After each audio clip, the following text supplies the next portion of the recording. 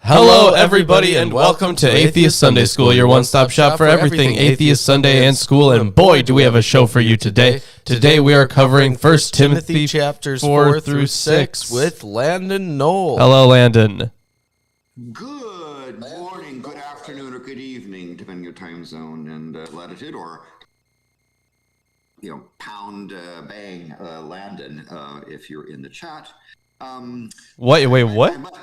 I must compliment you that you've gotten those introductions down pretty well. You seem to have practiced that. Well, yeah, it definitely took a few years, but also I do sometimes don't say the chapter. I say the chapters, but I don't say the word chapters. Yeah, you keep messing up, Lawrence. Yeah. I guess if we're sticking to that, then my bad. You were going through Psalms. You had some issues about whether you say Psalm blah blah blah or Psalm chapter blah blah blah. That was because I guess technically you're not supposed to say Psalm chapter 23. You're supposed to say 23rd Psalm 23. But. Look, I mean that's how I do it. Look, we've done this show for 5 years now, and the conventions we can't even keep them consistent. So how does the Bible do it? No. It doesn't. No, it just it can't. doesn't. None of the versions do and, either. And it looks like we're going to run out of material soon, given the amount we've covered and so forth. The writer hasn't kept up with the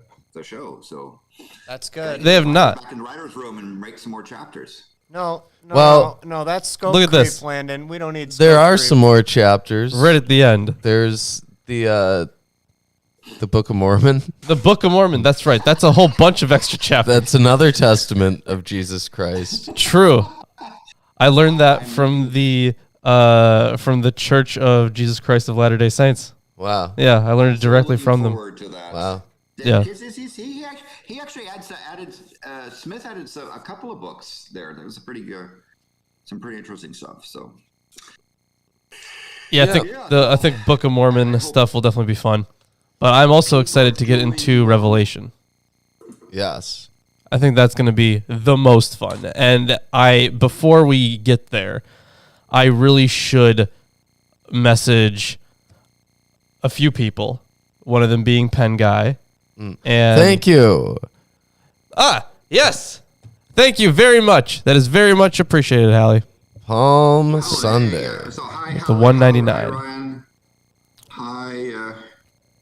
Is it Palm Sunday? I don't know. Please clicking the like button if you like what you've had so far. Otherwise, Yeah. we will make it more entertaining so you can click the like button. We're going to do our best. Yes. Isn't it the case, but maybe I'm wrong, that people who click the like button before the video starts are discounted for their likes? Yeah, they get cheaper likes in the future. I don't know what you mean about discounted for their... The algorithm, I think I have been told by people inside a certain alphabet company that if you pre-click the like when there's nothing to like, it notices that and takes that into account. In the good way or a bad way? And if you've watched, so you've watched this bitter entertaining thing, clicking the like now has a more dramatic effect, allegedly.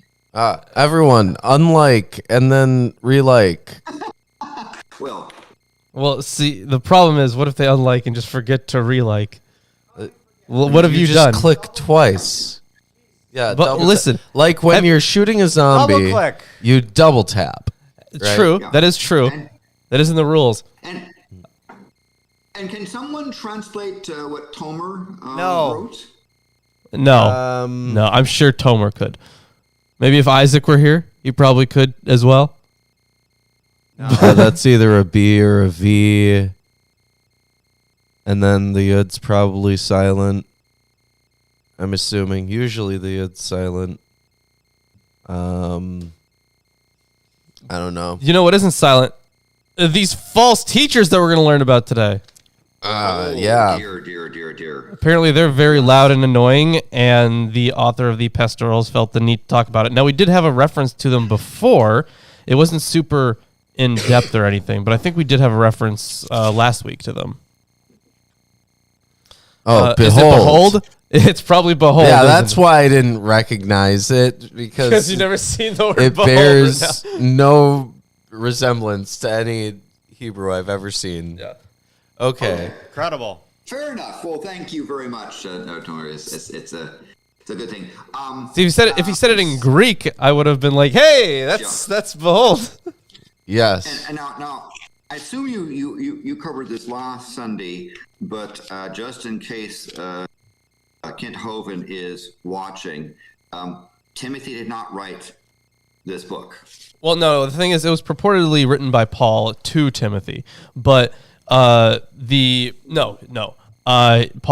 not write this book. It is abundantly clear from the language used, the actual sentence construction, the opponents, everything about this book so far even has a lot of similarities to the other pastorals. So 1st and 2nd Timothy and Titus, those 3 works were definitely written by the same author, because while it's really weird. So we can show that 2nd Timothy and 1st Timothy were written by the same person, and we can tell that 2nd Timothy and Titus were written by the same person. And that's part of the reason we can also tell that, well, that means that these two, for 1st Timothy and Titus, were written by the same person. And even though like they are more different than like any of the other 2 in there, I guess. So, Yeah. but they're still really close, and they contain a lot of things that aren't found in the other Pauline epistles. So, yeah, this work is not by Paul. In fact, of letters that are not considered Pauline, the pastorals are the most universally accepted as not Pauline. Because it's just, they're so starkly different. Speaking of books, I have the King James Version of the Bible. I have the English Standard Version. And I have the New American Standard Bible, because it's important to pronounce that way. The reference edition by A.J. Holman Company, edition of J.P. Lipcott Company, would be copyright God, but I guess it's 75 years after the death, so it's probably in the public domain. Yes, and we Allegedly. But consult an intellectual property lawyer for legal advice. sure. Yeah, we're not those. We're not here to give you legal advice. No, we're not. We also have the NRSV with the Jewish Annotated New Testament and the NIV Study Bible. Yep. We have the New Interpreter, or from the New Interpreter's Bible, the New Testament Survey. We have Erdman's commentary on the Bible. We have the Greek New Testament. We have And a textual guide to the Greek New Testament, as well as the text of the New Testament by Bruce Metzger, Forgery and Counterforgery by Ehrman. We also have the Septuagint.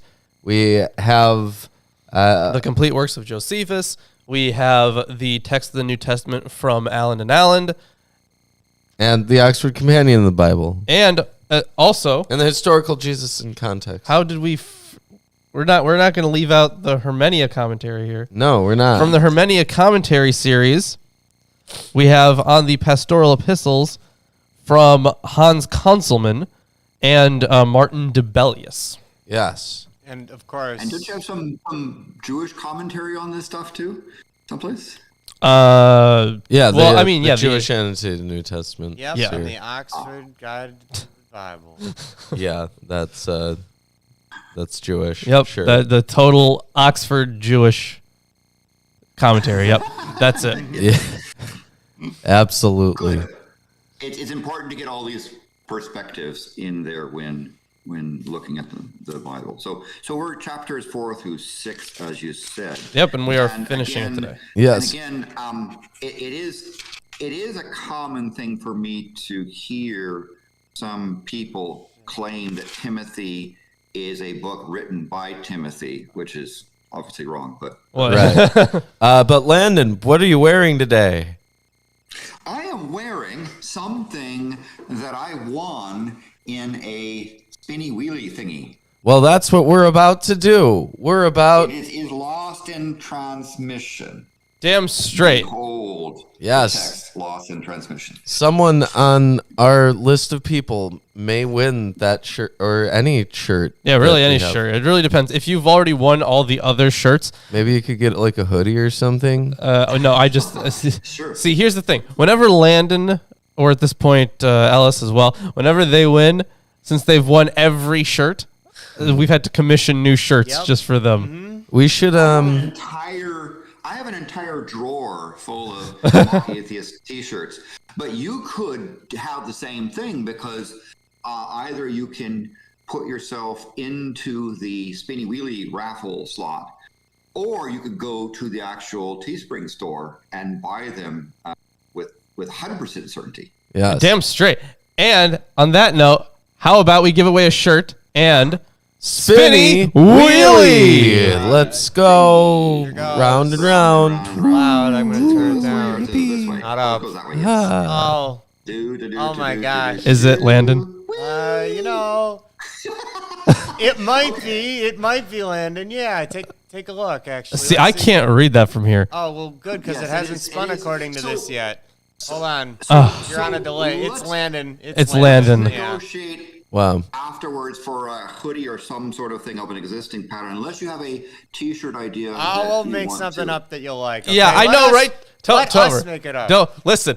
I've heard everyone has been calling it a scam. That's all we hear in the comment section these days, right? That it's a scam. No, they don't. No, no one said They've that never yet. said That's that. the first time. But no, it's we're the ones that we're trying to prove that it isn't rigged. But every single time it's gonna land on Landon. Jesus Christ, No, man. Yeah. that's true. There's been a number of months where it has not been any, but nevertheless, as you said, if you go to the Teespring store and click the purchase button, you have a 100% guaranteed ability to get that shirt. Yeah, if you want. Right? Well, That's really good odds. I would highly recommend. Well, you know, here's what we Landon got. is in the unique position to next time he goes to Antarctica, wear like 10 layers of Milwaukee Atheist t-shirts. Oh man. Not only that, he'll be the very first person on this planet to ever do that. Yep. Yeah. World record for number of Milwaukee Atheist t-shirts worn at the same time. Yeah, seriously, You know, that deserves. World records are petty, so sure, whatever. But seriously, folks, there are some fun T-shirts in this collection, and there's some great memes and so forth. So I would encourage you to check out the Teespring store, or put yourself into the raffle because you might actually win. I mean, given the number of people, you have a 1 in an nth chance of doing that. Also, I had this written down. I worship a dead god, and all I got was this T-shirt. Hey, that's good. Yeah. Doing it. Get it done. So we referenced ChatGPT before the show. We did, yeah. And how good was its commentary? I mean, it wasn't like super detailed, but it was fine. There was. was it more detailed than your average Bible commentary?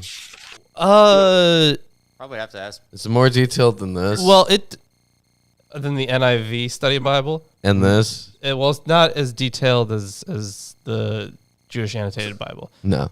but it did. you- It did include one textual variation for 1 Timothy 4:1, and it's not like it mattered at all. So, and that's not even like noted in any of these. And I looked actually at the very detailed and precise. I guess what would you call it? It is more like a compilation or A list. an An archive. an archive. You could say that a list of manuscript of like chapters that are preserved in which manuscript evidence. So, and it gets very specific, and it tells you how much of each chapter is preserved in which manuscript, and so on. And at least at the time that it was written. And 1 Timothy is pretty well preserved. Yeah. So you wouldn't really expect much to change from those. They're pretty small letters too, so So they're what do you mean by it's well preserved? What how are you? So, and we have a good amount of manuscripts for it, and they are complete. We have good, complete manuscripts for it, and they textually agree in most places. And the few sections that do cause issues, we will be covering, because there's only one issue in chapter 4, even like one actual issue. There was like, I think with the ChatGPT, it was like, oh, here's a spelling error. Yeah. So like, it really doesn't matter. Okay. Oh, and you judge me all the time. ChatGPT all of Paul's appalling text.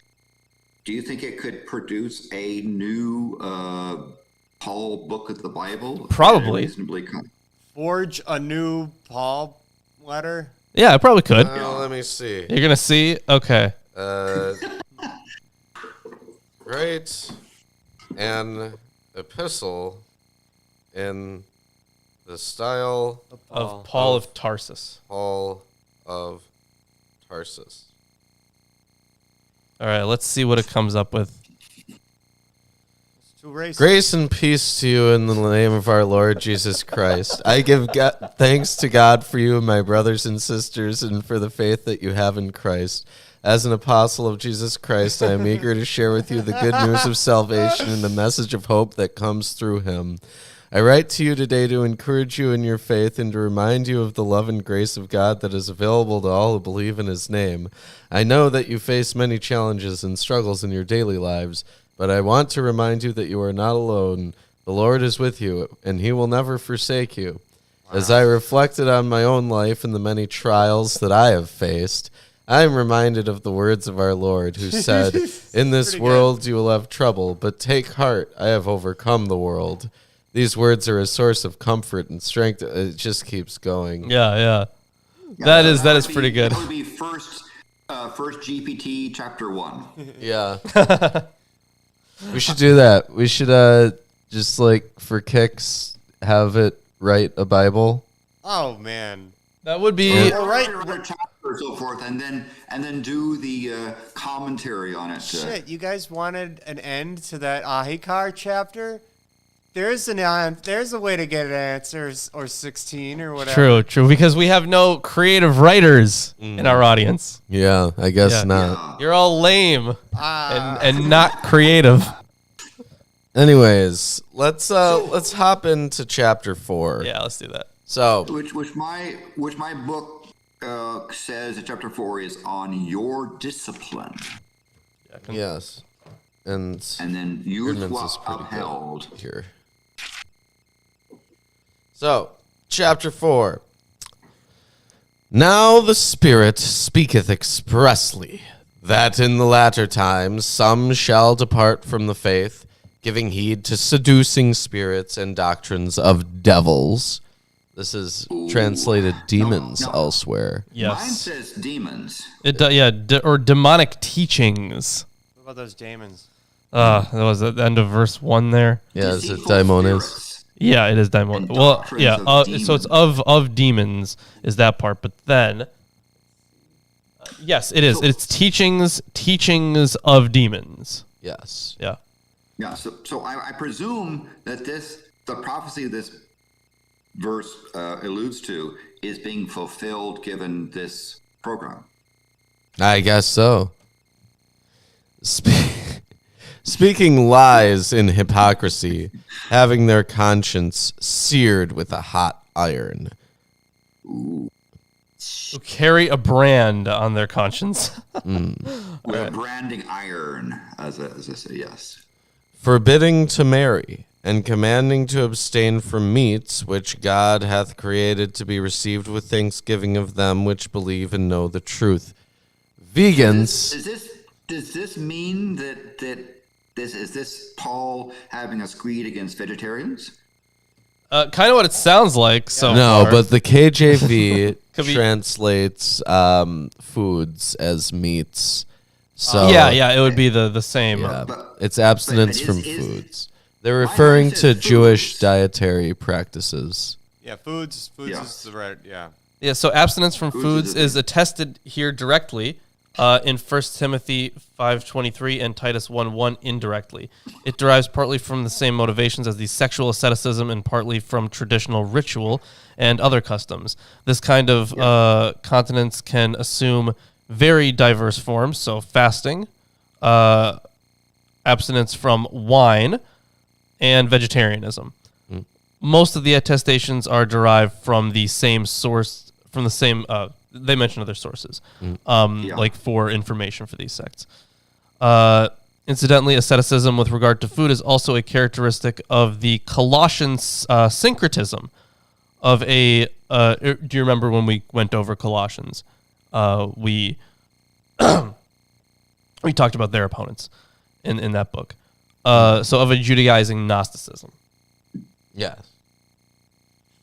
And you say you can also, I guess you could probably say that people that have a gluten-free diet and so forth are abstaining from certain foods. But I understand that in the context that it was written in, it was referring to Jewish traditional dietary practices.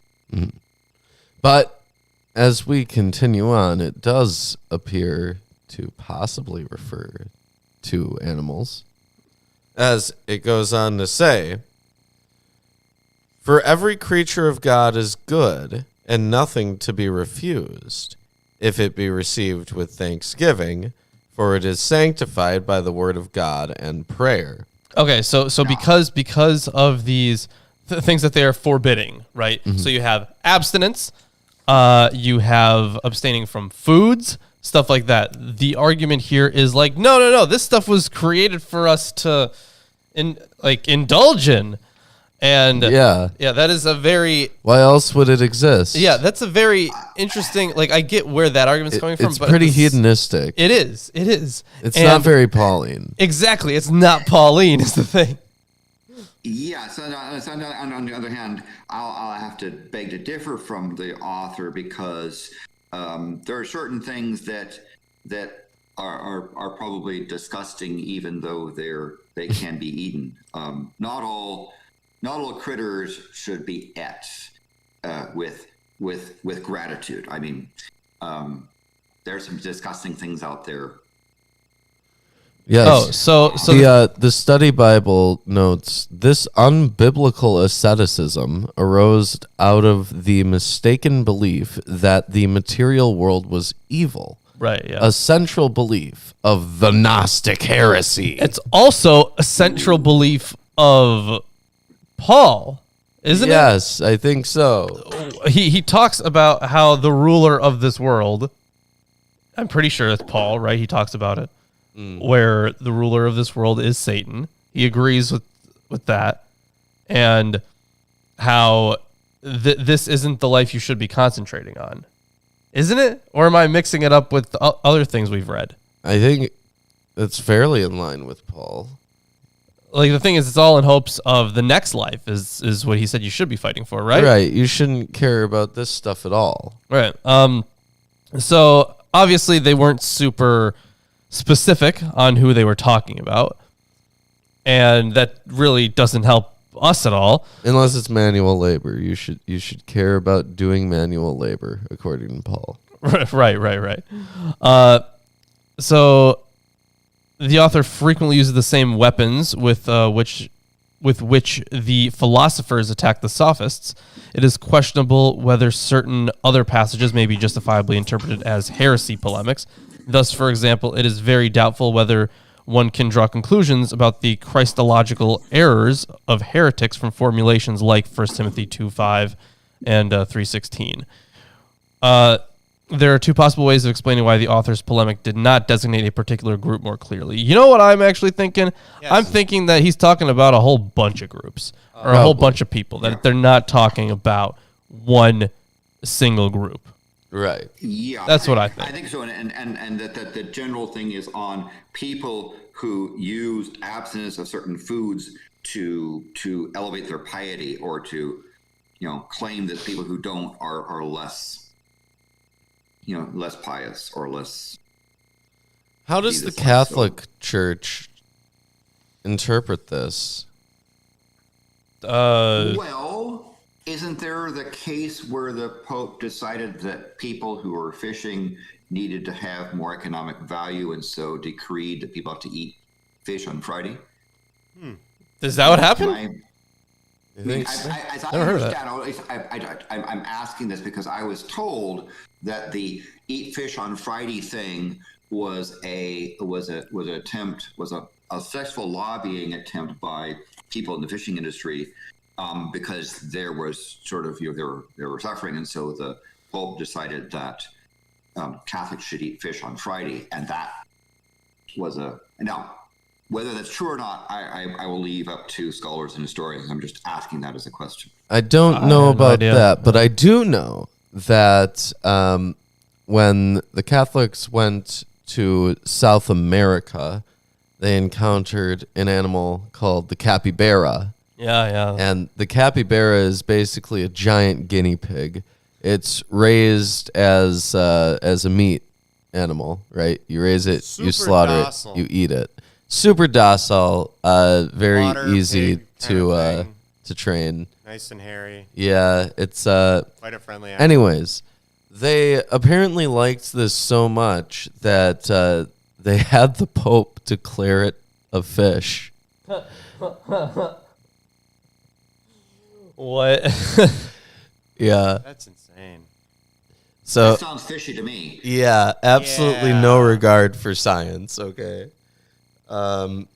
Anyways, let's continue on. If thou put the brethren in remembrance of these things, thou shalt be a good minister of Jesus Christ, nourished up in the words of faith and of good doctrine, whereunto thou hast attained. But refuse profane and old wives' fables, and exercise thyself rather unto godliness. For bodily exercise profiteth little, but godliness is profitable unto all things, having promise of the life that now is, and of which is to come. That kind of, so this section, at least in verse 7, right? But reject godless old wives' tales.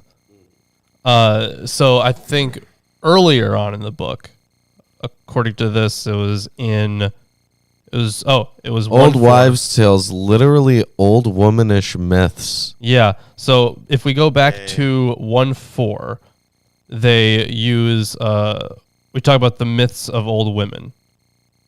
Yeah. So this is a very common image, apparently. Like the whole, because we still kind of have that in modern. No, actually, it's kind of we absolutely do. Do you know anything about Appalachian folk magic? So why are you pronouncing it Appalachian? Because it's Appalachia. Is it not Appalachian? No, it's Appalachia. Since when is it? Are we talking about yeah, the same we're thing? We're talking about Appalachia. What? He's gonna kill you. All right, whatever. Let's Anyways, continue. Yeah. They no, have I haven't. This whole you put a thing under your pillow, it brings you good luck, or what, stuff like that. Sure. Yeah. Yeah, and it's passed down from generation to generation. Yeah. So myths coming from old women. Yeah. Okay. Old wives' tales. Yeah. But didn't the phrase "old wives' tale" arise from the fact that people wanted to essentially impugn a comment? So it wasn't the case of, that's an old wives' tale, as in venerating it is that's just an old wives' tale,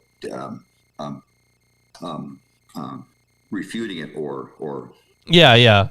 That's just a story. It's just a myth, but I haven't, no one in the it's modern like world. how you're whistling. Yeah, in the that house. shit. What are they fucking called? myth? Superstitions. Superstitions. Yeah. So, an old wives' tale would probably be more ideological in nature, but superstitions would be the things that are actually believed. Because the thing is, if you guys are ever in a Russian household with old Russian people, do not whistle in the house. If you do, they will be very angry because this is like a Russian superstition that if you whistle in the house, the homeowner will lose all their money. And if you do accidentally happen to whistle in the house, what you need to do is go open the door and let the whistle out. So I took this class on Slavic mythology, and they talk about the domovoi. Yeah. Eastern European cultures, it's this guardian spirit who lives in the oven, basically, because that's the warmest place in the house, right? Yes. But if you whistle in the house, it apparently pisses off the domovoi, which means that the guardian protector spirit of the house like takes a hike. It's not there to protect you guys. Yeah, it's stupid. And there is another one where you can't, the threshold between doors, right? So you can't hug over that because it means you're going to be mad at each other. Because there's like this, so there's this imaginary crack that will form between you two and push you two apart. So if you like hug or give someone something like over the threshold, that's a bad omen. And then whenever my grandparents bring that shit up and I'm like, that's ridiculous, they're like we start arguing about it and they're like, look at that, it proved itself to be true. And I'm like, you're just an idiot. That's absurd. So I take it that you might have run afoul of whistling in someone's house. I encourage people to whistle at my house because if nothing happens, then it's just false. And everyone in my family, if you ask them, like, do you take this seriously? They're going to go like, no, we know it's not real, but we just grew up, kind of believing it's real. So we continue that tradition. I'm like, what? That's ridiculous. Like they keep acting like it's true when they acknowledge that it isn't. That's wild to me. But either way, I imagine you could say something like it's something we do, right? It depends upon, I suppose, your attitude. But all right, either way, how about we continue the readings? I think you finished verse 8, right? Yeah. This is a faithful saying and worthy of all acceptation. For therefore we both labor and suffer reproach, because we trust in the living God, who is the Savior of all men, especially those that believe. These things command and teach. Let no man despise thy youth, but be thou an example of the believers, in word, in conversation, in charity, in spirit, in faith, in purity. Till I come, give attendance to reading, to exhortation, to doctrine. Neglect not the gift that is in thee, which was given thee by prophecy, with the laying on the hands of the presbytery. Ooh, interesting. What is that? Yeah, laying on the hands. So this passage is, and together with 5:22 and 2 Timothy 1:6 is evidence for the laying on of hands in primitive Christianity. Here, as elsewhere, the hand serves as the means of transferring power, be it upon the sick for healing, upon the young, the weak, or the religiously impure for the purpose of blessing, or upon those who did not have the Spirit for transmitting the Spirit. Yes, this can be consecration, as in Exodus 29:15. Yep. Commission, as in Deuteronomy 34:9 regarding Joshua, or for healing, as in Mark 9:18. Yeah, and let's see what else here. Yeah, so the passage relating to the laying on of hands are sometimes used to decide the question of the pastoral's order of composition. The following points are relevant to such investigation. The epistolary situation of the pastorals, yet this is significantly only if we assume authenticity. In that case, the problem largely resolves itself after we come to a decision about the situation of 2 Timothy. B, the attitude toward the opponents. So the heretics mentioned in 2 Timothy 2:17 are to be treated gently. According to the Epistle of Titus, the opponents should be briefly refuted. But according to 1 Timothy, those who in 2 Timothy 2:17 and 4:14 are merely threatened have already been handed over to Satan. From this observation, one has occasionally deduced the sequence: 2 Timothy, Titus, and 1 Timothy.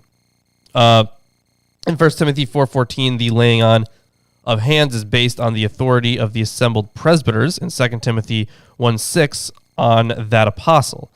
Schwartz regards the former as relatively historical, the latter as an adjustment to the apostolic tradition. Since he considers the rise of church law an indication of priority, he arrives at the sequence 1 Timothy, Titus, 2 Timothy. So he considers the rise of church law an indication of priority. I think it would be the opposite. Right. Yeah. Meditate upon these things. Okay. Give thyself wholly to them, that thy profiting may appear to all. Take heed unto thyself and unto the doctrine. Continue in them. For in doing this, thou shalt both save thyself and them that hear thee. And that is the end of chapter 4. If you're enjoying the stream so far, give us a like, comment, and subscribe. I'm not going to use the KJV for the rest of the day. So Sure, you're not. I'm just going to check. Why? I thought you said that's the authoritative something or other. It is. It is the best. See, what we need is an actual good translation.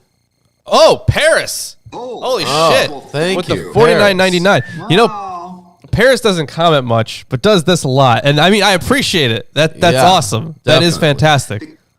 Because you helped us make this show possible. Thank you, Paris. Yes. Now, chapter 5 is going to be super cool. Is it? I mean, we got widows, right, coming up. I don't know. It just says respect elders. They wrote in the margins to respect widows. elders. You know what's funny? There's also Is it only widows or is it widowers as well? And then, of course, concerning elders, right? So, well, it's going to be on widows, but then we're going to have another section on slaves. So yeah, I like how these parts are like, oh, on widows, or here's something about respecting elders, but then they never talk about the slaves. No, right. no. I wonder why. Look, because the community could not support all the widows, the author recommends that families take care of their own. Only those without other resources should receive community support. Jewish law mandates care for the poor, widows, orphans, and strangers. Oh, that was kind of outlined in the Shepherd of Hermas, actually. Yes. Yeah. Either way, how about we hop into chapter 5? Do so. yeah, let's do some 5. So, do not rebuke an older man, but encourage him as you would a father, younger men as brothers, older women as mothers, younger women as sisters, in all Yeah, purity. Take heed of that. Yes, it says here, respect for the elders is stressed in rabbinical thought. Rabbi Judah says, be careful to respect an old man who has forgotten his knowledge through no fault of his own, for it is said, both the whole tables and the fragments of the tables were placed in the ark. Yeah. Good argument. Yeah, classic. As for purity here, you treat everyone in the community as members of your family and not, for instance, treating younger women as potential marital partners. Yeah. Yeah. Yeah. So all those people who go to church so that they can Get laid. get laid, they're out there. They're They doing exist. it wrong. They're doing it wrong. Have you met them? I don't think I have. I've met people who will go to church with someone that they're with when they're not like a believer. Yeah. Or even if they are a believer, they usually don't take it too seriously until there's the potential of getting laid. Right. Wow. Yeah. Somewhat ridiculous. Yeah. Which, I mean, yeah, to teach their own. But apparently, if you pray over it, then you can then it's okay. Right. All right, so I'm gonna continue on here.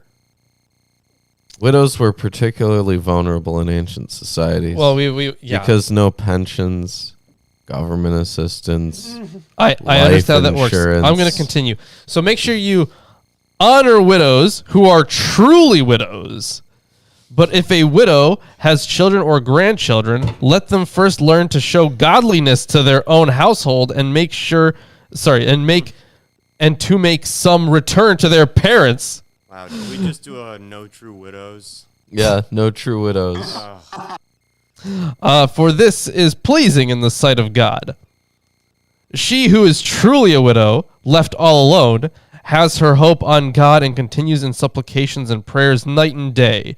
But she who is self-indulgent is dead, even when she lives.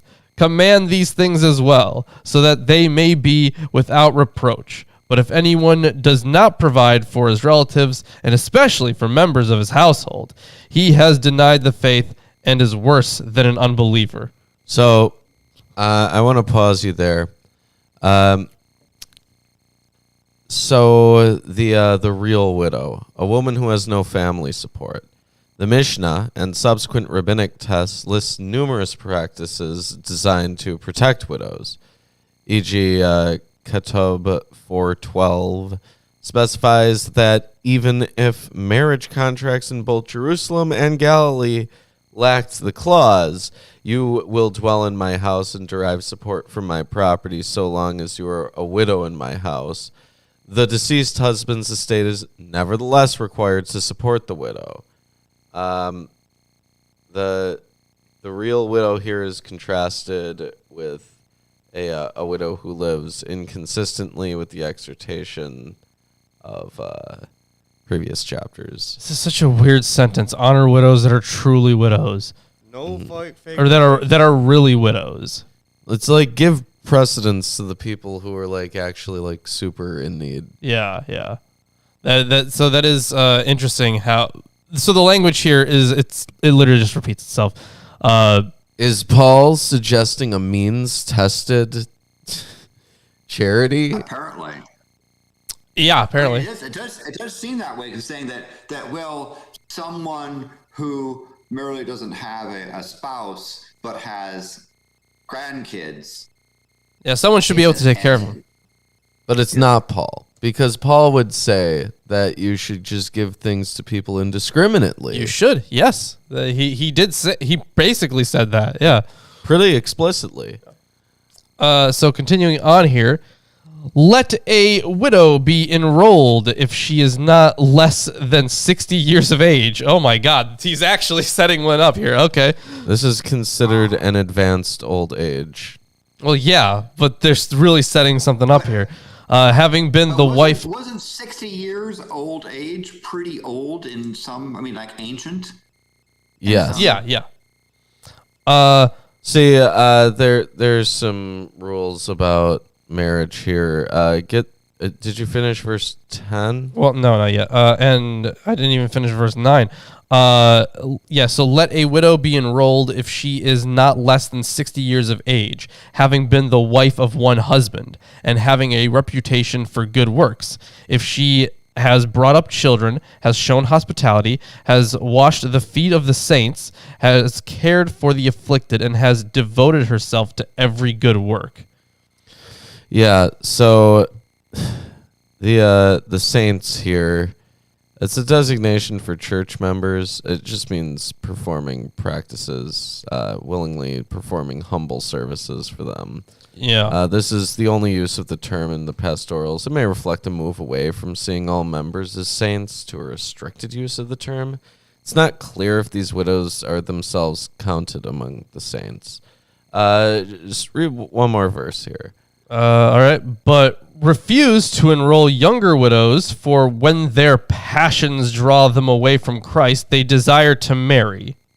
Yes, Roman law.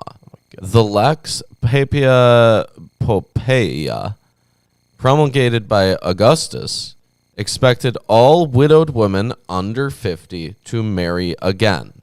So this is maybe why we see some distinction between this younger widow and this older widow, because of this Augustinian tradition.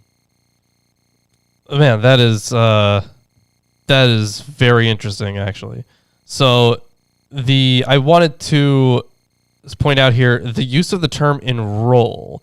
So the word is katalegen, which would be, well, okay. What's the word I'm looking for? If we parse it, so kata means down or anything that is near down. I'm going to look up maybe a better definition here. So in verse 9 of, so this is 5:9, yeah? So, okay, sorry. So the actual form of it in here is katalegesto, and it looks like the definition that they are using is, they're also using enroll, which is such a weird word to use here, unless this is like an actual, unless an actual enrollment is happening. So, okay, so to enroll is the technical term for the registration of levied troops. Tertullian seems to translate it ecclesiastically. The wife of... Okay, wait, hold on. There is no reason whatever to infer a prohibition of a second marriage here. Naturally, in every case, the requirement is if she is solitary, must be fulfilled, i.e. she's without a family. The interpretation of this passage by Theodore of Mopsuestia is thus correct. Quote, if she has lived in chastity with her husband, no matter whether she has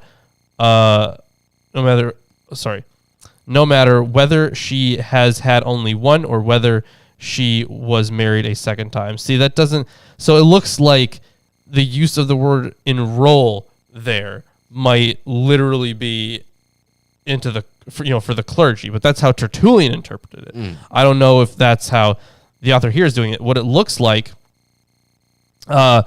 is they translate it here as put on the list, and they say put on the list for communal support. Yeah, the thing is that would make sense to me.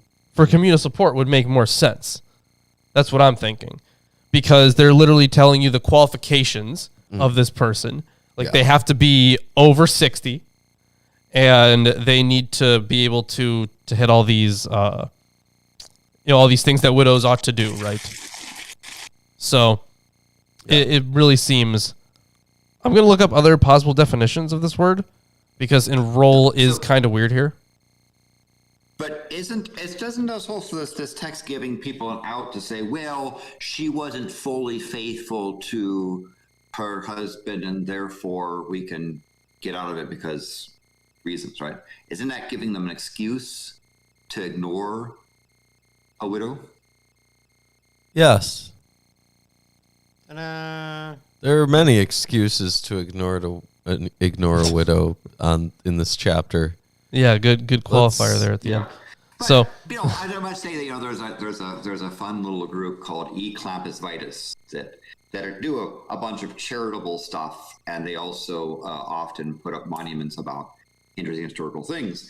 And in their spiel, they say, and take care of widows and orphans, especially widows and orphans, right? So so there are places that do that sort of thing about widows and orphans, and don't have a means test. They just say, take care of them anyway. And so you might say, well, if a widow or widower is well off, the need to take care of them in a financial sense may be reduced, but there's other things besides money that you can do with regards to taking care of them, as in treating them nicely, inviting them over for dinner, companionship, those sorts of things. Treating nicely. Who do you think we are, Landon? Why would we do that? Yeah. I don't know. Just throwing out a thought, but who knows? That may not be biblical. So. I'm going to continue on here, though. Yeah. So, Yeah, but refuse to enroll younger widows, for when their passions draw them away from Christ, they desire to marry, and so incur condemnation for having abandoned their former faith. Besides that, they learn to be idlers, going about from house to house, and not only idlers, but also gossips and busybodies, saying what they should not. So I would have younger widows marry, bear children, manage their households, and give the adversary no occasion for slander, for some have already strayed after Satan. If any believing woman has relatives who are widows, let her care for them.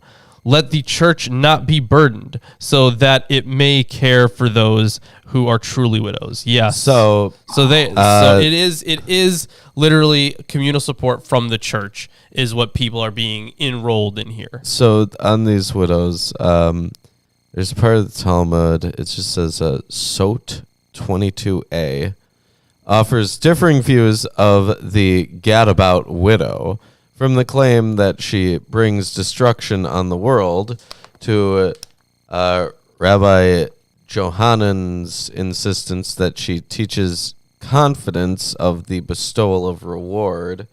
A certain widow had a synagogue in her neighborhood, yet she used to come daily to the school of Rabbi Johanan and pray there. He said to her, "My daughter, is there not a synagogue in your neighborhood?" She answered him, "Rabbi, but I have not the reward for the steps." But have I not the reward for the steps?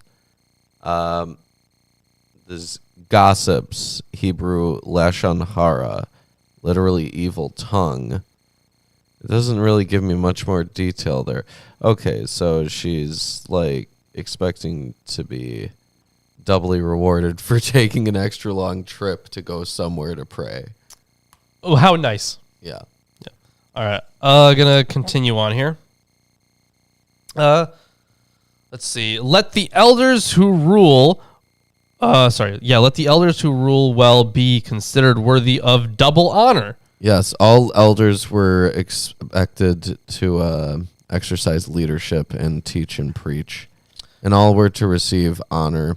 But those who excelled in leadership were to be counted worthy of double honor. This was especially true of those who labored at teaching and preaching. The Greek word translated as work refers to toil. That such honor should include financial support is indicated by illustrations later on. So let's see here. The problem of the word presbyter in the pastoral epistles lies in the ambiguous character of the word, which is sometimes a reference to age, sometimes a title. The use of presbyter as a title among the Jews of the diaspora is not attested until quite late in inscriptions and imperial decrees. On the other hand, the Septuagint translation of the Hebrew title elders with presbyters seems to indicate that for the Judaism of the Septuagint, the elders stood at the head of the congregations. The non-Jewish texts attesting to the titular usage of presbyter cannot be regarded as more than analogies to the Jewish and Christian use of the word. So there's association with seniors, and then there's there is the association with seniors. Then there is, at least in Egypt, presbyters referred to committees and councils of different kinds. Regional managers are called elders. Okay. So yeah, it was just a management thing. That's what it looks like. Or it's just another word for elder. Wouldn't it just be simpler if they just said it's nice to be nice and can cut out all this verbiage? That would have been a lot simpler. Wow. Yeah, it would be. Don't worry. Once we get to the Johannine epistles, they're going to be perhaps too simple. Oh, great. That's nice. Well, that's divine simplicity, Lawrence. Is it, though? Is it? Why not? If you say so. I guess I believe you. Well said, sir. Well said. All right, carry on. Dying over here. All right. Let the elders who rule well be considered worthy of double honor, especially those who labor in preaching and teaching. For the scripture says, "You shall not muzzle an ox when it treads out the grain," and "The laborer deserves his wages."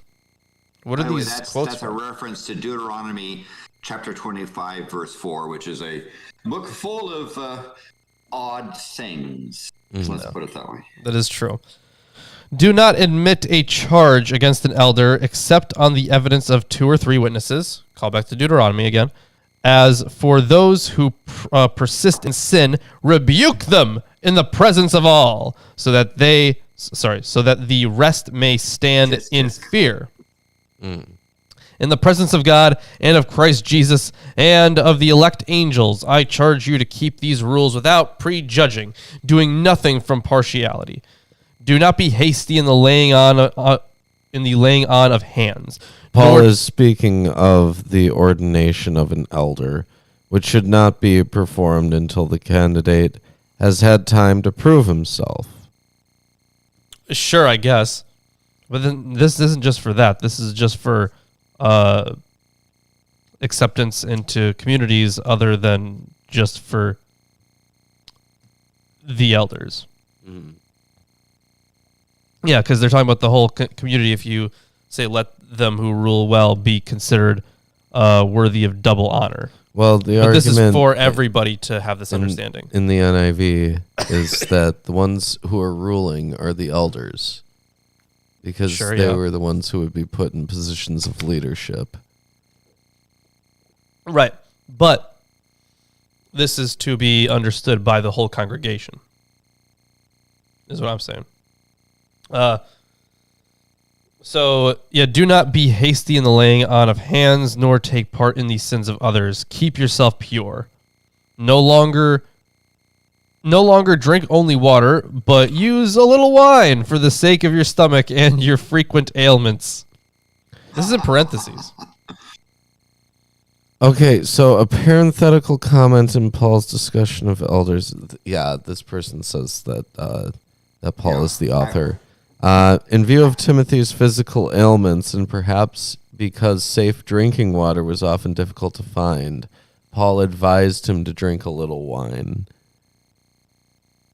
And I will say that it's some of the apologetics of the churches I went to where alcohol was bad, okay, was that the excuse was, well, they didn't have clean water back then, so having a little wine, which they said was not as strong as today's wine, was good. But now that we have clean drinking water, you shouldn't do wine at all. And in fact, they would even have communion without wine; it'd just be grape juice, which as kids we thought was good because grape juice tastes better than wine to a kid.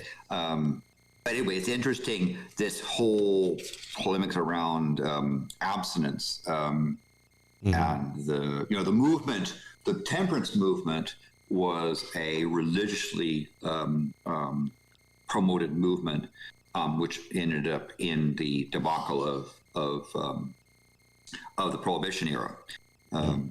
There'd be arguments about this verse. And the counter arguments was, well, we have safe drinking water now, so that verse doesn't count. Yeah.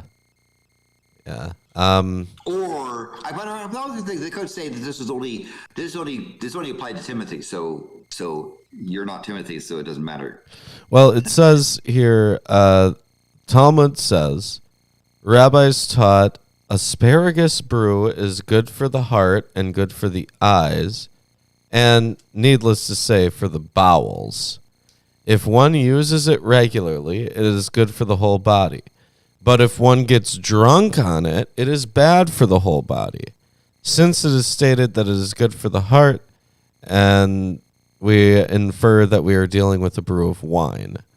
So they do encourage light drinking, but not getting drunk. Well, they're also kind of lame. So if one places the epistle at the time of the incipient Gnostic controversies, one will, however, see in the admonition not an advice concerning diet, but an anti-Gnostic motif. The author wishes to keep his people from resembling in any way the false teachers mentioned in 4:3. Quote, to drink water only, among Jews as well as Greeks. Among Jews as well as Greeks. Because the Epicureans would say that you should only eat bread and drink water. Ugh. Yeah. Man, I'm pretty good at that. No, you also like cheese. Shut and up. meat. Leave me alone. And sometimes a sauce. I'm being attacked. No, sauce has too many ingredients for him. Yeah. It might have like. Now pizza. It might have a Something. vegetable in it. Is a sauce. Like, yeah, come on. Pizza is a sauce. Pizza is has- what you just said. Pizza has a sauce. It does have sauce. It does It have has sauce. None can talk today. Sorry, folks. Yep. We're professionals. Yep. Why don't you finish off this chapter, Lawrence? I'm sure pizza is permitted somewhere in the Bible. You just have to find the right verses. But Yeah, I'm gonna. is it real pizza? Because there's fake pizza. There is false pizza. There is apocryphal pizza. Look, Yeah, it's from Chicago. Look, the only real pizza is from Chicago. Chicago style pizza is the best pizza. okay. There's no. We're talking about deep competition. dish. Yeah, It's bad. It's all right. It's It's the a best. pool. It's delicious. It's a pool. It's the perfect presentation. I could swim in it. There's a schism. No, you there's couldn't. A schism about pineapple and other things. So I'm sure in this Bible you can find all references to various sects of pizza. Sects. Yeah, I'm sure they're in here. So like you have New York style pizza, Eh. where it's just like this greasy mess that you shove in your face. Delicious. And then you have Chicago style pizza, deep dish, where it's noble and refined. It's no. It is not noble and refined. It is. It's cleaner by default because Chicago is cleaner by default than New York. Yeah, well, yeah, that's true. Yeah. But Really? Have you seen New York? Have you seen New York? Have you seen Chicago? It's seen both of marginally better. No, they're both pretty. Never mind. Marginally better. They're about the same. Anyways, I'm gonna finish off this this chapter major here. Metropolitan areas are not clean. The sins of some people are conspicuous, going before them to judgment, but the sins of others appear later. So also good works are conspicuous, and even those that are not cannot remain hidden. And that is the end of chapter 5. Hey, if you're enjoying the stream so far, make sure you drop a like, subscribe if you haven't. Lawrence, Yeah. do you hear something? Oh, I hear I something. think I do hear something. Behold, I am your Lord and Savior, Jesus Christ, and I want to let all you heathens and sinners know that I support this wonderful episode of Atheist Sunday School. Lawrence and Reuben try their very best to bring you the true glory of the Bible, and they need your help. They have provided links to their Patreon page and other social media just for you. Once again, my name is Jesus Christ, and this is Milwaukee Atheists. The Lord is with them. God bless. Holy shit, we're back. It's very good for Jesus to stop in here. We really needed that. But you know what we didn't need? For him to take away Reuben. He is missing. He's not here. And Landon has also been taken away. So I guess I'm just gonna power through this. This next section, however, is on slaves. And it's only like a little bit that's on slaves. It's literally two and a half verses or 1.5 verses. There's not a long section on slaves, to be clear. And these verses are actually kind of long for verses, but still, it's not a long section on slaves, but there they are. And this section, let's see. Instructions to slaves to be respectful and obedient to their masters are a routine part of the New Testament adaptation of household code paranesis. Unlike Colossians and Ephesians, 1 Timothy and 1 Peter lack any corresponding word to the masters against harsh and abusive treatment of the slave. Oh, interesting. Okay. So once we get to 1 Peter, we're gonna have a good amount of things to talk about there. But oh my God, Landon has returned, and so has Ruben. And it has been revealed that the true pizza is the style of pizzas you find in Italy. That would make sense. I thought it was the crusty crab and Italian. I'm not talking about people who are Italian heritage that claim to produce Italian-like pizza. Oh, the pizza in Italy. And you can find, there's a few places in North America where you can find pizza that is in the style that you will find in Italy. And unfortunately, those are very few and far between. Man, that'd be really cool. Is Palermo's one of those? No. What do you think of Detroit-style pizza? Because I've been to Italy frequently, and I have had pizza in Italy. Not you, Landon. Okay. I've had Palermo's, and no. That was what revealed. It was the Palermo statement.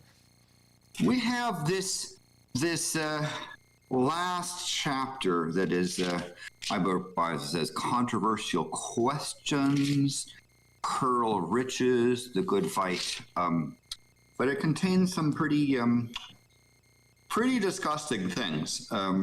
Yes, I must say. I have, and it has been used for very disgusting stuff. It is quite appalling. I have some marginal notes written in my Jewish Annotated New Testament by the previous owner, which just say, regard your master with honor and do not respect masters. Or do not disrespect. Oh, okay. I was masters. like, that doesn't track exactly. I will honor you, but no respect. It is, as I say, and these particular verses have been used by people who are amongst the more disgusting of humanity to abuse others. Yeah. And they use this type of text that has caused great harm, which is one of the reasons why I hold in great contempt this book and the things it teaches, as well as the person who claims to be author. And again, it claims to be the first epistle of Paul to Timothy, but whoever the author is, it shows just how morally disgusting it is. Nevertheless, for that thing, I can read it as it is written in this translation of the Bible. Are you ready? Yeah. Yes. Ready to go? Chapter 6.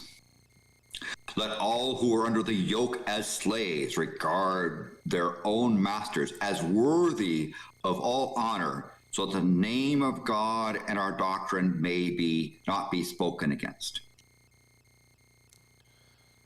I will point out, verse 1 condemns this doctrine in and of itself. And if you need anything else to see how disgusting this text is, let that verse stand.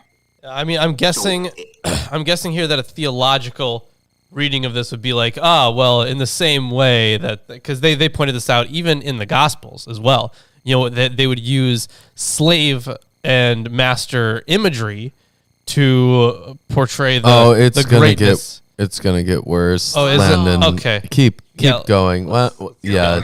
So yeah. They have to pile it on. So verse 2, and let those who have believers as their masters not be disrespectful to them because they are brethren, but let them serve them all the more because those who partake of the benefit are believers and beloved. Teach and preach these principles. Yes. So again. So you should be doubly respectful to your master if they're a Christian, and you should serve them all the more. And by the way, this also was used frequently, not just in the traditional slavery mode, but in the boss of tyrannical boss of a company for which people are effectively in indentured servitude. They would use this as an excuse to say, if you are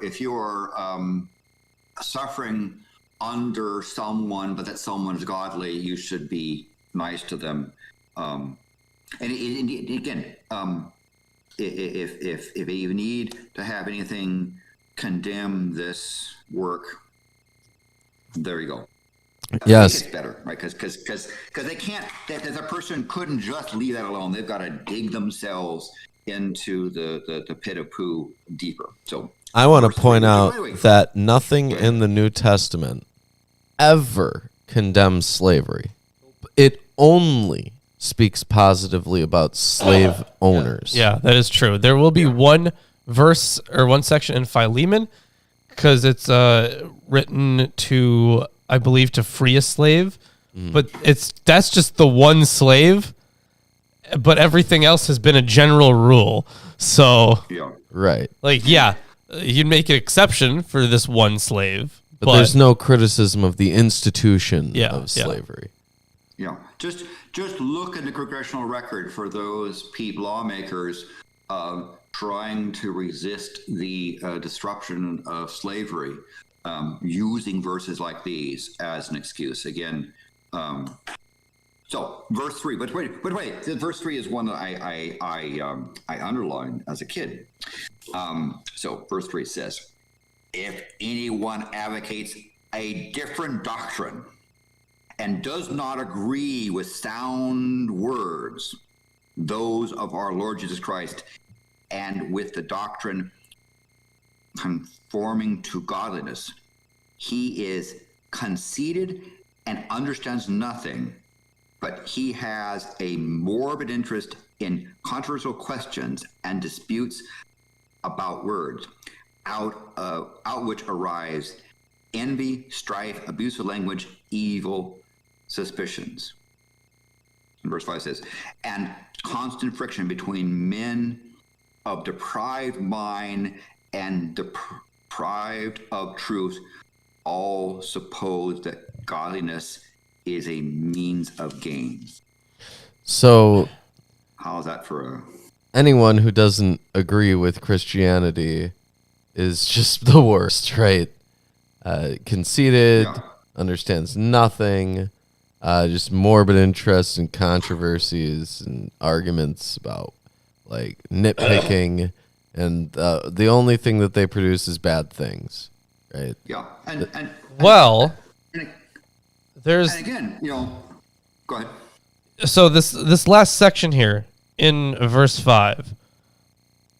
Out of these comes jealousy, quarreling, slandering, false suspicions, anyway quarrelsome disputes by people who have a corrupted mind, who have been deprived of the truth, and who think that religion is a profit-making business. Okay. It is. No, not necessarily. Why else would they call them prophets? Wait, Lawrence. If we're talking God belief, hold on, is not necessarily religion. I didn't say that. Yes. I said that you can have a religion without money-making institutions necessarily. How so? Name one. For example, this is mostly now seen in tribal cultures, but you still have your religion where you worship. You can have a place of worship. You can have things set up for it, and it has everything that we would say is a religion. Now you could say, do those cultures have money? They probably have. Not all cultures have money. Not all cultures have money. Yeah, that is true. If you name cultures that don't have money, then obviously whatever they have that's a parallel to religion is not using that, but that's only because they don't have money. Right. Well, sure. Yeah. So the thing is, the Abrahamic religions. Yeah. No, that I agree. All of them are money-making financial investments, right? Yeah. The Catholic Church.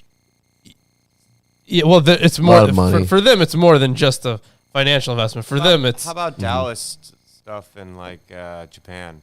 Even they collect money. They get money all the time. I know, but like they don't ask for it.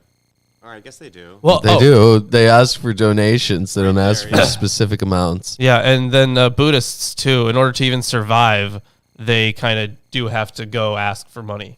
Yeah. Wow. So religion needs to be profitable, or it's not a religion for the most part. Well, I mean, they're like living in an ascetic lifestyle where they're like the only thing they're doing. No. If you go to any of these Buddhist monasteries, any of them, all of them will gladly accept donations, and they'll give you great honors. You know, sometimes this is something that only people in the know really know about. But you know, if you donate $100,000 to certain Tibetan Buddhist monasteries, medieval Judaism had its own issues to deal with. If you donate like $100,000 to certain Tibetan Buddhist monasteries, you may or may not receive like religious ornaments that have been crafted out of the human remains of monks. Great. Right. I didn't want You that. wouldn't have access to that otherwise. True. So like there's a lot of As I say, and as I'll mention in verse 6, it says, but godliness is actually a means of great gain when accompanied by contentment. So in these 4 verses that talk about, you know, agree with sound words, those of our Lord Jesus Christ, blah, blah, blah. Again, in the first 2 verses of chapter 6, which actually promotes a stable slavery system, the arguments would then go to say, well, this is godly, and if you disagree with it and you have, you know, controversial and strife and envy because you are trying to stop the slave trade or slave industry, you know, you're bad, you're evil, so not only so those 2 sections were combined together to rationalize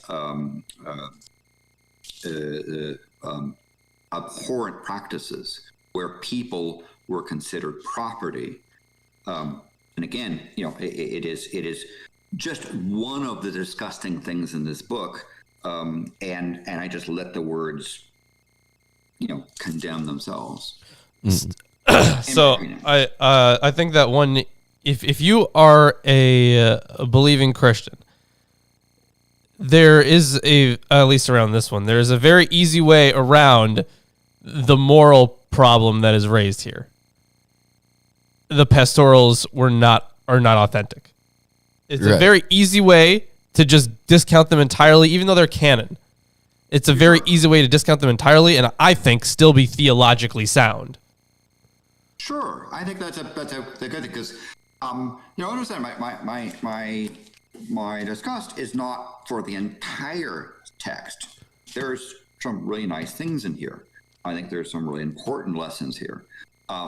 Generally, Paul and his greeds, his spew, his bile, his disgusting thoughts are not amongst them. Oh, yes, you can find things that don't smell as much out of Paul's writing, but this particular case, assuming that Paul or the author of this epistle to Timothy is not one of them.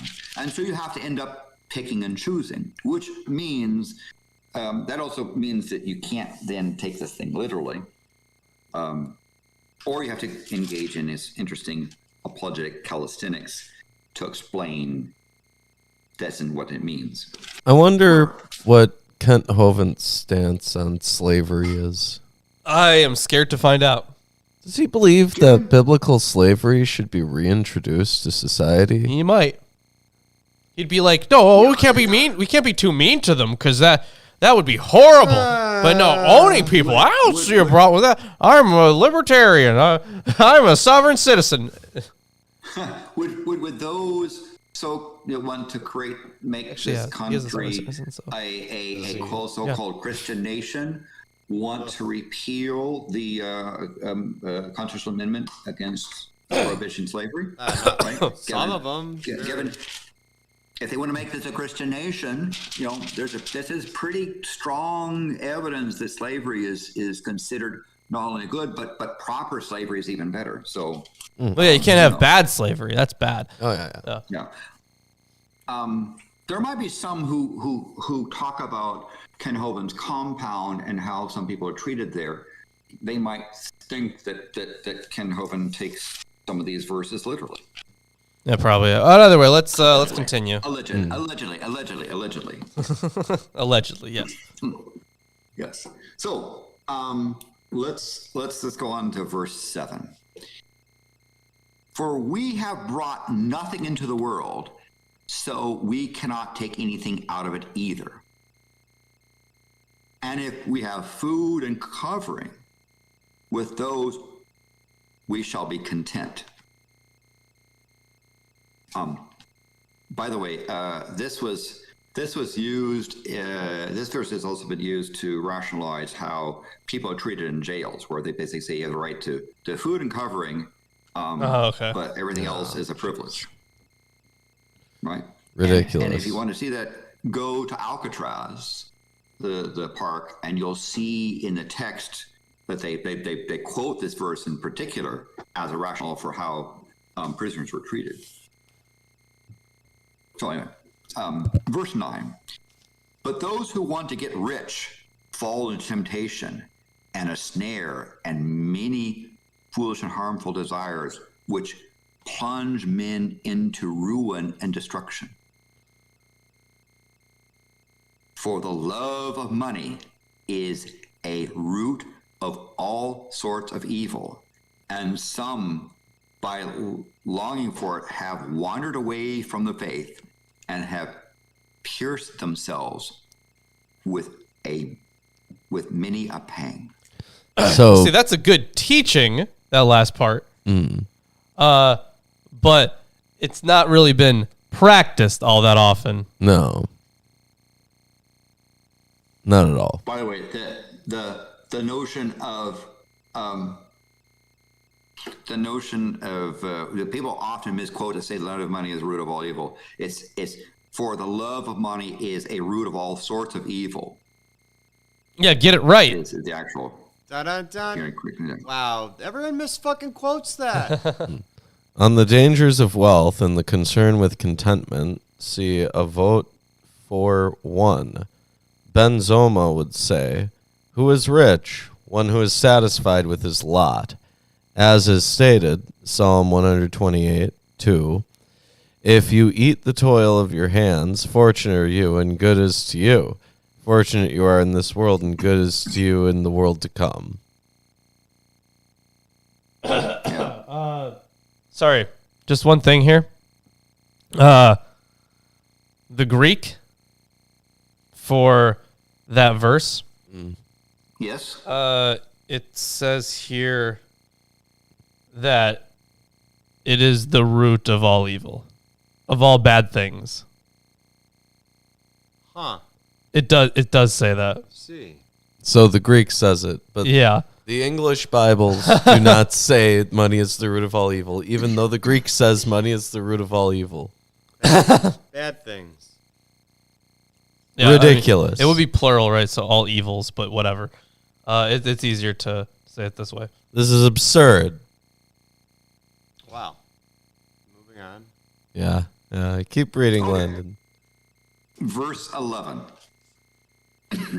But flee from these things, you man of God, and pursue righteousness, godliness, faith, love, perseverance, gentleness.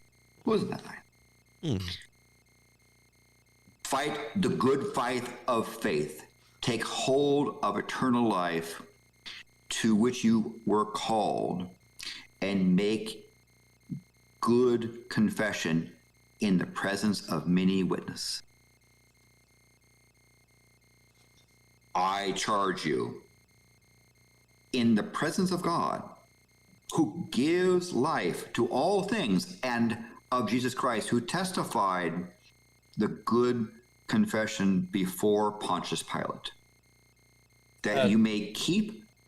Okay, good. Yeah, sorry. So confession here, refers to baptism or ordination.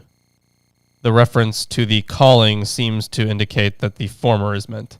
Yeah, so baptism. This is also the only New Testament reference to Pontius Pilate outside of the Gospel. Yeah, isn't that wild? Yeah. Next verse. Huh.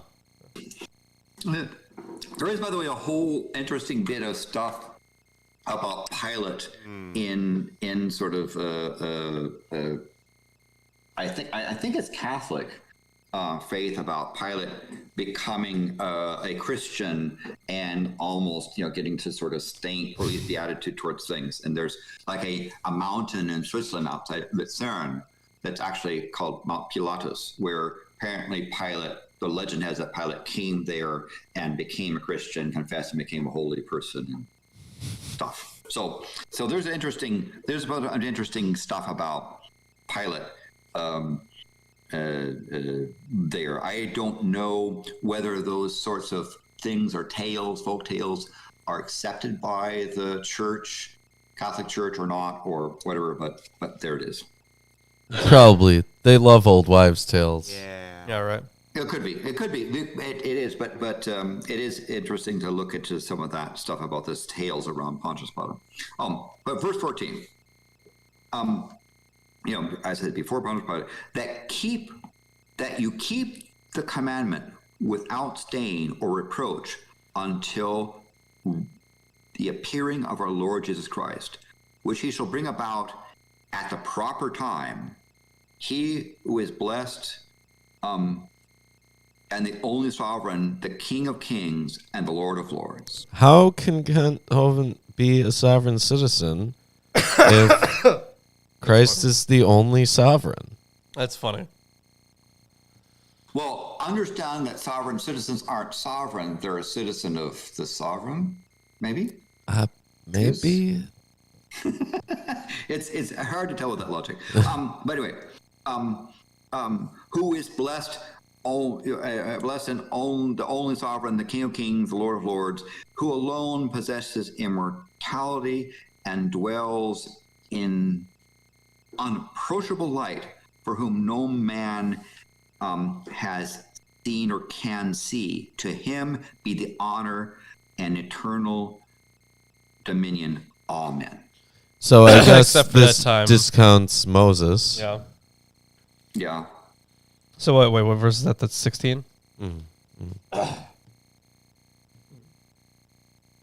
Well, there's all kinds of excuses you could say that Moses saw a burning bush and not God himself and other things like that. But there's other bits about there's rationalizations around this sort of thing. Oh yeah, here's a rationalization. Light in Hellenistic as well as in Christian literature is used in general to designate the essence of God or Christ, and that which is the inheritance of Christians.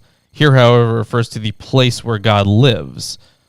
So literally seeing him in heaven, like in his heavenly domain. So that's where they haven't seen them. Right. But that isn't actually clear from this verse. Right. Yeah, but I guess it kind of says it, right? He who dwells in unapproachable light. So no one has seen that unapproachable light. No one has seen that. Right. Yeah. No, So I guess. And I had somebody explain to me that this is actually foretelling of the existence of black holes and that God is inside a black hole. And that's how physics confirms God exists. Tomer, we're talking about in the tabernacle. In the tabernacle, he literally sees the face of God. Are you all right there, Ruben? Black holes. Ridiculous. Let's keep reading. I'm just passing along comments I've received. Anyway, verse 17. Instruct those who are rich in this present world not to be conceited or fix their hope on uncertainty of riches, but on God, who richly supplies us with all things to enjoy. Isn't that nice? Instruct them to do good, to be rich in good works, to be generous and ready to share, storing up for themselves the treasure of good foundation for the future, so they may take hold of that which is life indeed. Verse 20 and 21. O Timothy, guard what has been entrusted to you, avoiding worldly and empty chatter and opposing arguments that of those of falsely called knowledge. Perhaps this is a reference to Gnostic forms of teaching in which secret knowledge is the key to salvation. It's unclear. If you follow the point of view that the NIV Study Bible has, you would probably come to that conclusion because it seems he's brought up the Gnostic heresy multiple times.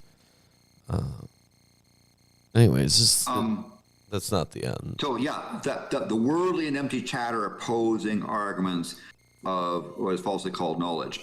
Perhaps this is referring to Twitter. Yeah, it is. Yes. Totally. Or You're Truth Social. So, verse 21. Which some have professed and thus gone astray from the faith. Grace be to you. And that is the end of 1 Timothy. What is everyone's opinion on 1 Timothy? Slaves are bad. Yeah, 1 Timothy, this book, it contains some ridiculous stuff about women. It contains ridiculous stuff about slaves. It is overall ridiculous. That's my opinion of The it. polemic against knowledge, Yes. other than knowledge that agrees with so-called the faith.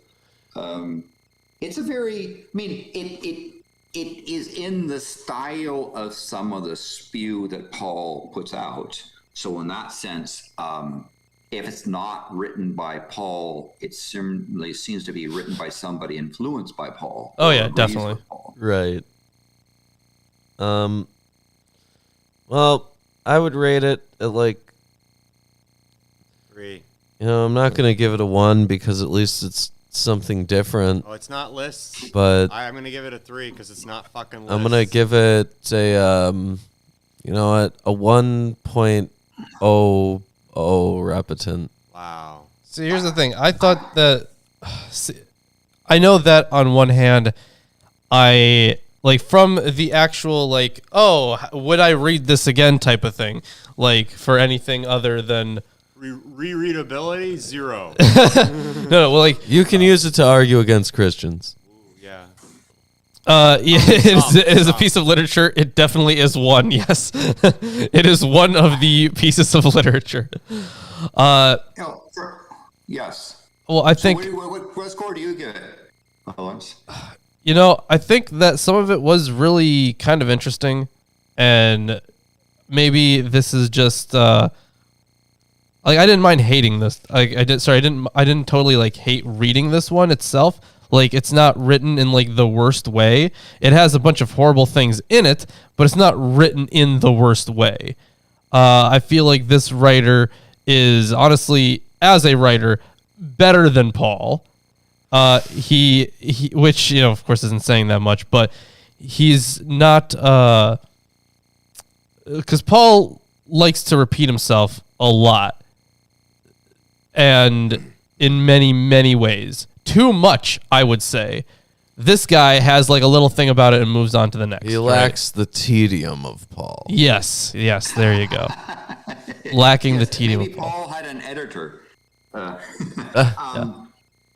I do like old wives' tales and silly myths. That's little things like that sprinkled in there.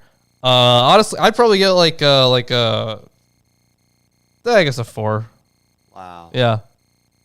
So I agree. I think I agree with Tomer and giving it a 3, not because of his content. But the range of stuff, you have things like Ecclesiastes, which is definitely a 1. It's better than that. Wow. Ecclesiastes of 3. is amazing. What are you talking about, It's Landon? a 1 out of 1. If by 1 you mean like Number 1. if by 1 you have like a binary system where it's either nothing or it's there, yeah, it's great. It's a 1. It checks the box. We had 1 box. We checked it. So, but I think 3, and really also right with the 3. I mean, in terms of the text, it's better than some. You're right in terms of some of this so-called Paul's stuff, or people that write on behalf of Paul. I think on the other hand, its impact on society needs to be considered and weighed in. So I don't know if it's a fault of the text that it was used in such appalling, pun intended, ways. But nevertheless, there's a lot better, I think, from the point of view of prose and other things. I think there's a lot better text there in the Bible than this. Yeah, so can't wait to get to Revelation. I'm convinced to be a 4, but given some of the stuff it actually says, I have to stick with 3. Yeah. Fair. That's fair. That's totally fair. So with that being said, this is when we start shelling for things. We've got Patreon. You, by the way, like Landon, could be on the show. Yes. You could have won a T-shirt at the beginning of the show. Come on. Not only that, but if we do have to redo that. You could also just click that pinned thing. You could buy yourself a T-shirt, any number of T-shirts. Yeah. We also do T-shirts in that thing, by the way. We also do a patron hangout in our Discord. Yes, we do a patron hangout. We're going to be doing that after the show. Yeah, but I do have to sit down and actually update the whole thing. Mm-hmm. But either way, yes, that will be expanded. By the way, patron hangout. Right. Yeah. There's also an Amazon wish list. It's full of books. Yep. You can get us books. And the nice thing about it is, if you buy them books, they'll read them, so you don't have to. They'll actually explain it to you about what's in the books, and they'll appear up on that table to some extent. In one form or another. Indirectly.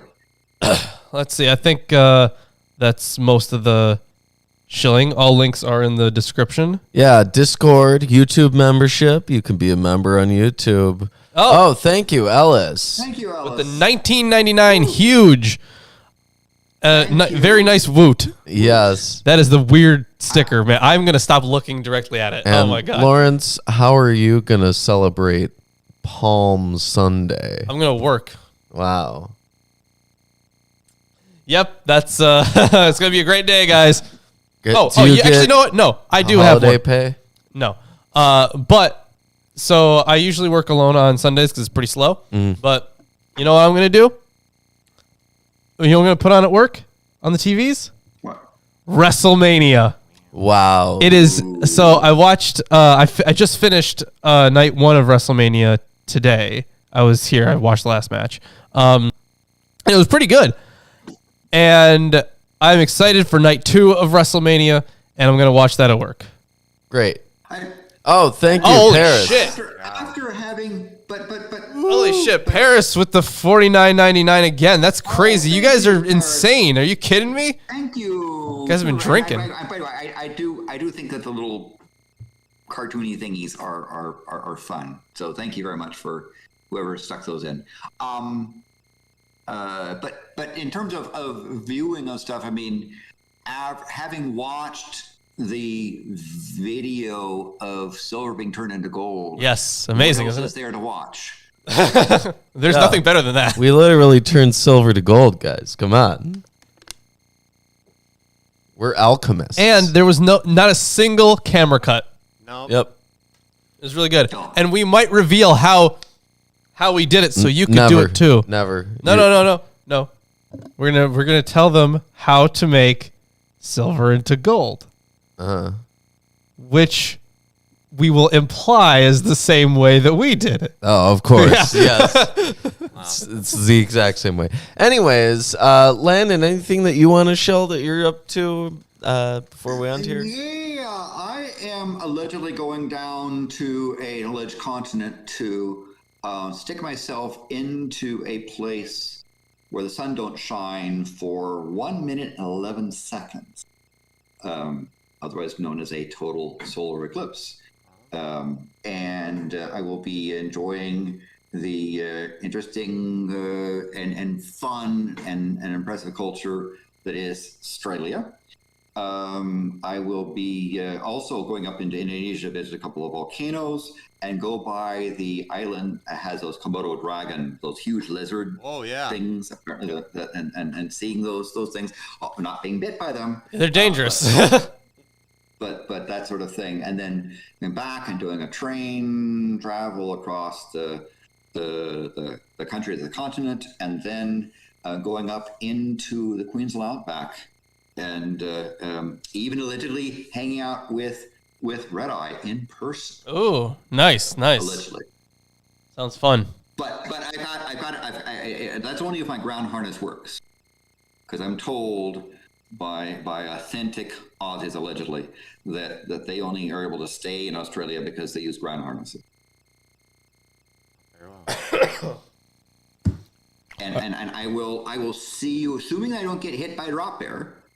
Because drop bears, they say, are a thing. They're dangerous. Yeah. And assuming I don't fall victim of an emu kicking down the dunny door, which I have been told by none other than the former Undersecretary of the Prime Minister of Australia is a thing. I will see you when we get back, probably in the latter part of May. But you guys are marching towards the end of the book. Have you, out of curiosity, have you put on your list of chapters and dates of stuff so that people could? Oh no, we have not. Not yet. No. We could probably do that during the after show, a little bit. Mm. Yeah, but anyway, so those are things. And anyway, it's going to be a marvelous time. Hopefully, we will have clear skies for the 1 minute 11 seconds during the time which I'll have experiments looking for asteroids orbiting very close to the sun. Because when you stick yourself where the sun don't shine, you can see right down close to the sun, which otherwise would be unavailable to you. So that'll be good. And so primarily running, and then I'll get to watch it with my own eyes.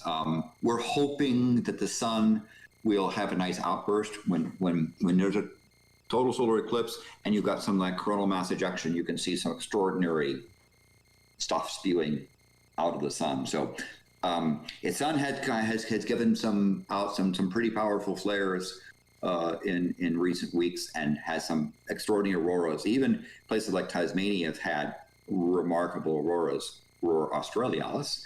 And also there was one, I guess I don't know if you saw it, but there was auroral displays over Milwaukee as well just recently. So, I did not see that. Did not see it. It was cloudy if it was. It probably, I mean, I know it was in that area, but it probably might have been cloudy at the time. Yeah. But if it happens during the time of an eclipse, we'll see a nice big fun thing. It's always good. So that's what I'm hoping. I went up to or down to, depending on which way you go. All right, excellent. Well, then I think that covers everything. So we will see you. On Friday. For more Shepherd of Hermas. Next Friday is the volcano show I'm on.